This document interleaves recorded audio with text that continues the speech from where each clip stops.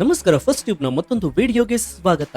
ಸ್ನೇಹಿತರೆ, ಭಾರತದ ರಾಜಕೀಯ ಇತಿಹಾಸದಲ್ಲಿ ಕಳೆದ 12 ವರ್ಷಗಳಿಂದ ಪ್ರಧಾನಿ ನರೇಂದ್ರ ಮೋದಿ ಅವರ ನೇತೃತ್ವದ ಕೇಂದ್ರ ಸರ್ಕಾರ ಅಕ್ಷರಶಃ ಒಂದು ಅಜೇಯ ಶಕ್ತಿಯಾಗಿ ಹೊರಹೊಮ್ಮಿದೆ. ವಿರೋಧ ಪಕ್ಷಗಳ ನೂರಾರು ತಂತ್ರಗಾರಿಕೆಗಳನ್ನ ಮತ್ತು ಜಾಗತಿಕ ಮಟ್ಟದ ಅನೇಕ ಸವಾಲುಗಳನ್ನ ಸುಲಭವಾಗಿ ಮೆಟ್ಟಿ ನಿಂತಿದ್ದಂತಹ ಪ್ರಧಾನಿ ನರೇಂದ್ರ ಮೋದಿ ಅವರ ಸರ್ಕಾರಕ್ಕೆ ಸೋಲೆಂಬುವುದೇ ಇಲ್ಲ ಎನ್ನುವಂತಹ ಮಾತುಗಳು ರಾಜಕೀಯ ಪಡಸಾಲೆಯಲ್ಲಿ ದಟ್ಟವಾಗಿ ಬೇರೂರಿದ್ವು. ಆದ್ರೆ ಇಂದು ಕಾಲ ಕಂಪ್ಲೀಟ್ ಆಗಿ ಬದಲಾಗಿದೆ. ಪ್ರಸ್ತುತ ನವದೆಹಲಿಯಲ್ಲಿ ನಡೀತಾ ಇರುವಂತಹ ಭಾರಿ ದೊಡ್ಡ ರಾಜಕೀಯ ಮತ್ತು ಸಾಮಾಜಿಕ ವಿದ್ಯಮಾನವನ್ನ ನೋಡ್ತಾ ಇದ್ರೆ ಕಳೆದ 12 ವರ್ಷಗಳ ಸುದೀರ್ಘ ಆಡಳಿತದಲ್ಲಿಯೇ ಕೇಂದ್ರ ಸರ್ಕಾರ ಇದೀಗ ಅತ್ಯಂತ ಕಠಿಣವಾದ ಮತ್ತು ಅತಿ ದೊಡ್ಡ ಅಗ್ನಿ ಪರೀಕ್ಷೆಗೆ ಸಿಲುಕೊಂಡಿದೆ ಎನ್ನುವಂತಹ ಆಘಾತಕಾರಿ ಸತ್ಯ ಸ್ಪಷ್ಟವಾಗಿ ಗೋಚರವಾಗ್ತಾ ಇದೆ.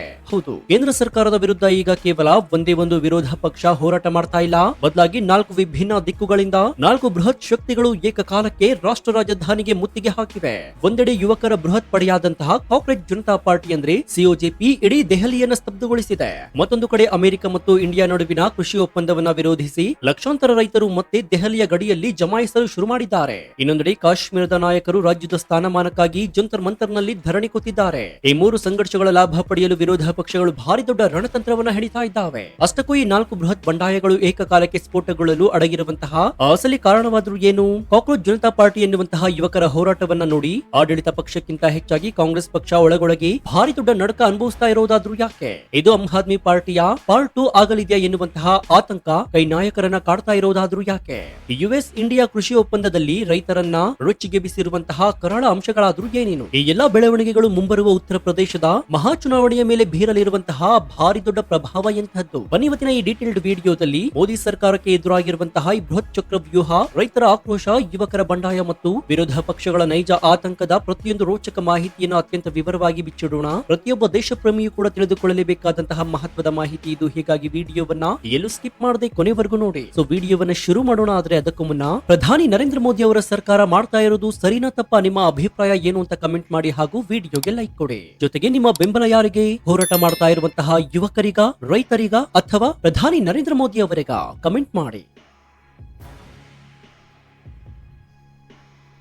ಸ್ನೇಹಿತರೆ, ಕೇಂದ್ರ ಸರ್ಕಾರಕ್ಕೆ ಎದುರಾಗಿರುವ ಅತಿ ದೊಡ್ಡ ತಲೆನೋವು ಅಂದ್ರೆ ಅದು ರಾಜಕೀಯ ಪಕ್ಷವಲ್ಲ, ಬದಲಾಗಿ ಯಾವುದೇ ರಾಜಕೀಯ ಹಿನ್ನೆಲೆ ಇಲ್ಲದಂತಹ ಯುವಕರ ಬೃಹತ್ ಪಡೆಯಾದ ಕಾಂಗ್ರೆಸ್ ಜನತಾ ಪಾರ್ಟಿ. ದೇಶಾದ್ಯಂತ ಇರುವಂತಹ ನಿರುದ್ಯೋಗ ಸಮಸ್ಯೆ, ಪರೀಕ್ಷಾ ಅಕ್ರಮಗಳು ಮತ್ತು ಯುವಕರ ಹಕ್ಕುಗಳ ದಮನದ ವಿರುದ್ಧ ಲಕ್ಷಾಂತರ ಯುವಕರು, ವಿದ್ಯಾರ್ಥಿಗಳು ಒಂದಾಗಿ ಈ ಬೃಹತ್ ಸಂಘಟನೆಯನ್ನ ಹುಟ್ಟುಹಾಕಿದ್ದಾರೆ. ಜಂತರ್ ಮಂತರ್ನಿಂದ ಹಿಡಿದು ಸಂಸತ್ ಭವನದ ರಸ್ತೆಗಳವರೆಗೆ ಈ ಯುವಕರ ಪಡೆ ಇಡೀ ದೆಹಲಿಯನ್ನ ಅಕ್ಷರಶಃ ರಣರಂಗವನ್ನಾಗಿ ಪರಿವರ್ತಿಸಿದೆ. ಇವರ ಬಳಿ ಕಳೆದುಕೊಳ್ಳಲು ಏನೂ ಇಲ್ಲ.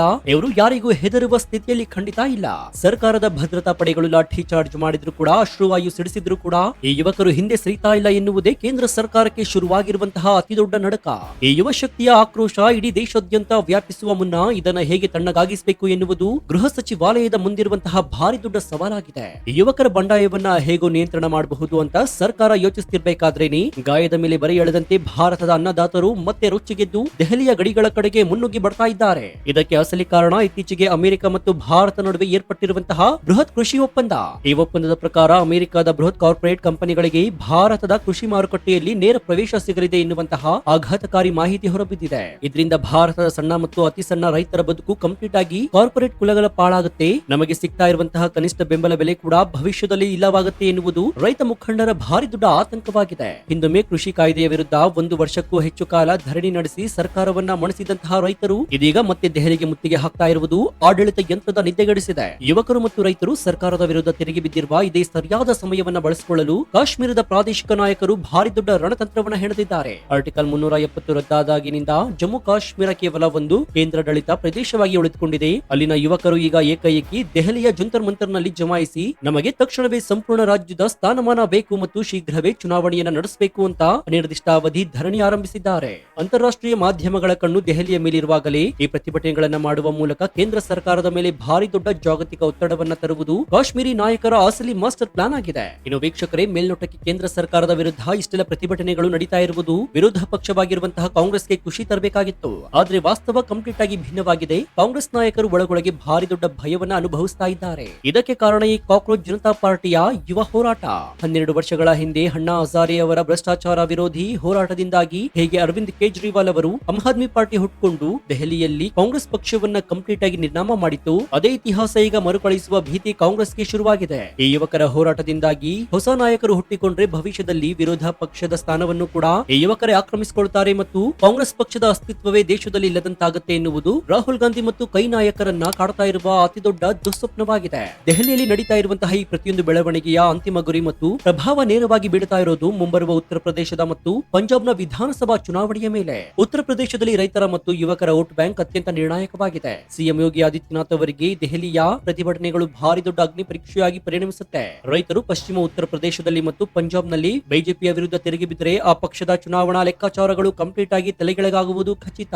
ಹೀಗಾಗಿ ಕೇಂದ್ರ ಸರ್ಕಾರ ಈ ಬಿಕ್ಕಟ್ಟನ್ನ ಆದಷ್ಟು ಬೇಗ ಶಮನ ಮಾಡದಿದ್ರೆ ಮುಂಬರುವ ಚುನಾವಣೆಗಳಲ್ಲಿ ಅದು ಭಾರಿ ದೊಡ್ಡ ಬೆಲೆಯನ್ನ ತರಬೇಕಾಗುತ್ತೆ ಎನ್ನುವುದು ರಾಜಕೀಯ ಪಂಡಿತರ ಪಕ್ಕಾ ಲೆಕ್ಕಾಚಾರವಾಗಿದೆ. ತಮ್ಮದೇ ಆದ ಅಸ್ತಿತ್ವದ ಭಯವಿದ್ರೂ ಕೂಡ ಸಮಾಜವಾದಿ ಪಕ್ಷ, ತೃಣಮೂಲ ಕಾಂಗ್ರೆಸ್ ಮತ್ತು ಇತರ ಪ್ರಾದೇಶಿಕ ಪಕ್ಷಗಳು ಈ ಪ್ರತಿಭಟನೆಯನ್ನ ಪರೋಕ್ಷವಾಗಿ ಭಾರಿ ದೊಡ್ಡ ಮಟ್ಟದಲ್ಲಿ ಬೆಂಬಲಿಸ್ತಾ ಇದ್ದಾವೆ. ರೈತರ ಟೆಂಟ್ಗಳಿಗೆ ಅಗತ್ಯವಾದ ರೇಷನ್ ಪೂರೈಕೆ ಮಾಡುವುದು, ಯುವಕರ ಹೋರಾಟಕ್ಕೆ ಸಾಮಾಜಿಕ ಜಾಲತಾಣದಲ್ಲಿ ಬೃಹತ್ ಬೆಂಬಲ ಕೊಡುವುದು ಮತ್ತು ಸಂಸತ್ತಿನ ಒಳಗೆ ಇದೇ ವಿಚಾರವನ್ನ ಮುಂದಿಟ್ಕೊಂಡು ಕಲಾಪವನ್ನ ಮುಂದೂಡುವುದು ವಿಪಕ್ಷಗಳ ದಿನನಿತ್ಯದ ಕಾಯಕವಾಗಿದೆ.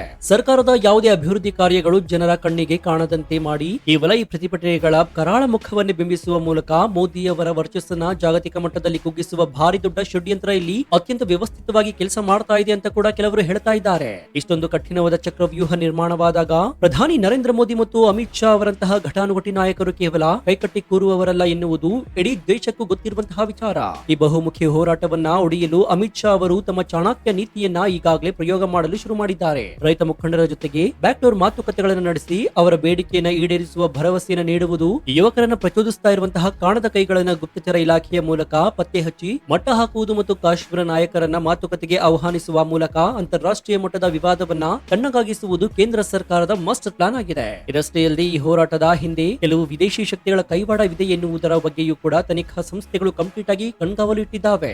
ಅಮೆರಿಕದ ಜೊತೆಗಿನ ಕೃಷಿ ಒಪ್ಪಂದದ ವಿವಾದ ಕೇವಲ ಆಂತರಿಕ ವಿಚಾರವಾಗಿ ಉಳಿದಿಲ್ಲ, ಇದು ಜಾಗತಿಕ ವೇದಿಕೆಯಲ್ಲೂ ಕೂಡ ಭಾರತದ ಇಮೇಜ್ ಮೇಲೆ ಭಾರಿ ದೊಡ್ಡ ಪರಿಣಾಮವನ್ನ ಬೀರ್ತಾ ಇದೆ. ಒಂದ್ ವೇಳೆ ರೈತರ ಪ್ರತಿಭಟನೆಗೆ ಮಣಿದು ಸರ್ಕಾರ ಈ ಒಪ್ಪಂದದಿಂದ ಹಿಂದೆ ಸರಿದ್ರೆ ಅಂತಾರಾಷ್ಟ್ರೀಯ ಮಟ್ಟದಲ್ಲಿ ಭಾರತ ಒಂದು ವಿಶ್ವಾಸಾರ್ಹ ಪಾಲುದಾರನಲ್ಲ ಎನ್ನುವಂತಹ ತಪ್ಪು ಸಂದೇಶ ರವಾನೆಯಾಗುತ್ತೆ. ವಿದೇಶಿ ಬಂಡವಾಳ ಹೂಡಿಕೆದಾರರು ಭಾರತಕ್ಕೆ ಬರಲು ಹಿಂದೆಟ್ಟು ಹಾಕ್ತಾರೆ, ಆದರೆ ಒಪ್ಪಂದವನ್ನ ಜಾರಿಗೆ ತಂದರೆ ಸ್ವತಃ ದೇಶದ ರೈತರೇ ಸರ್ಕಾರದ ವಿರುದ್ಧ ರೊಚ್ಚಿಗೆಳುತ್ತಾರೆ. ಈ ಅಡಕತ್ತರಿಯಲ್ಲಿ ಸಿಲುಕಿರುವಂತಹ ಪ್ರಧಾನಿ ನರೇಂದ್ರ ಮೋದಿ ಅವರ ಸರ್ಕಾರ ಅತ್ಯಂತ ಜಾಗರೂಕತೆಯಿಂದ ರಾಜತಾಂತ್ರಿಕ ಹೆಜ್ಜೆಗಳನ್ನು ಇಡಬೇಕಾದಂತಹ ಅನಿವಾರ್ಯತೆ ನಿರ್ಮಾಣವಾಗಿದೆ.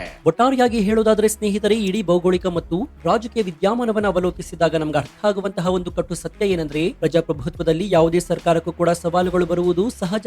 ಆದ್ರೆ ಈ ಬಾರಿಯ ಸವಾಲು ಮಾತ್ರ ಅಕ್ಷರಶಃ ಒಂದು ಸುನಾಮಿಯಂತಿದೆ. 12 ವರ್ಷಗಳ ಕಾಲ ಇಡೀ ದೇಶವನ್ನ ತನ್ನ ಅಂಗೈಯಲ್ಲಿ ಆಳಿದ ಸರ್ಕಾರಕ್ಕೆ ಎಂದು ದೆಹಲಿಯ ಬೀದಿಗಳಲ್ಲಿ ಉತ್ತರ ಹುಡುಕಬೇಕಾದ ಪರಿಸ್ಥಿತಿ ಬಂದಿದೆ. ಯುವಶಕ್ತಿಯ ಆಕ್ರೋಶ, ರೈತರ ಬಂಡಾಯ, ಕಾಶ್ಮೀರದ ಬಿಕ್ಕಟ್ಟು ಮತ್ತು ವಿಪಕ್ಷಗಳ ಸಂಚು ಇವೆಲ್ಲವೂ ಸೇರಿ ಒಂದು ಬೃಹತ್ ಚಕ್ರವ್ಯೂಹವನ್ನ ನಿರ್ಮಿಸಿವೆ. ಮೋದಿ ಮತ್ತು ಅಮಿತ್ ಶಾ ಅವರ ಜೋಡಿ ಈ ಚಕ್ರವ್ಯೂಹವನ್ನ ಭೇದಿಸಿ ಯಶಸ್ವಿಯಾಗಿ ಹೊರಬರುತ್ತೋ ಅಥವಾ ಈ ಹೋರಾಟಗಳು ಭಾರತ ರಾಜಕೀಯ ಇತಿಹಾಸದಲ್ಲಿ ಒಂದು ಹೊಸ ಶಕೆಯ ಆರಂಭಕ್ಕೆ ಮುನ್ನುಡಿ ಬರೆಯುತ್ತವೆಯೋ ಎನ್ನುವುದನ್ನ ಮುಂಬರುವ ಉತ್ತರ ಪ್ರದೇಶ ಮತ್ತು ಪಂಜಾಬ್ ಚುನಾವಣೆಗಳ ಫಲಿತಾಂಶವೇ ಅಂತಿಮವಾಗಿ ನಿರ್ಣಯ ಮಾಡುತ್ತೆ.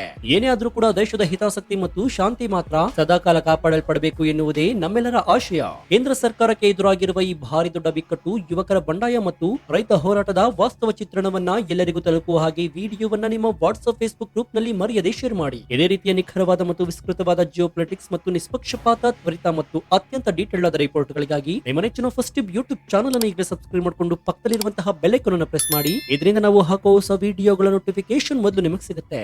ಇನ್ನು ನಮ್ಮ ಚಾನಲ್ ನಲ್ಲಿ ಇಂತಹ ಅನೇಕ ಕುತೂಹಲಕಾರಿ ವಿಡಿಯೋಗಳು ಇವೆ, ಅವುಗಳನ್ನು ನೋಡಿ ಪ್ರೋತ್ಸಾಹಿಸಿ. ಇದಾಗಿತ್ತು ಈ ಕ್ಷಣದ ವಿಶೇಷ. ನೋಡ್ತಾ ಇರಿ ಫಸ್ಟ್ ಟಿಪ್ ಕನ್ನಡ. ಧನ್ಯವಾದ.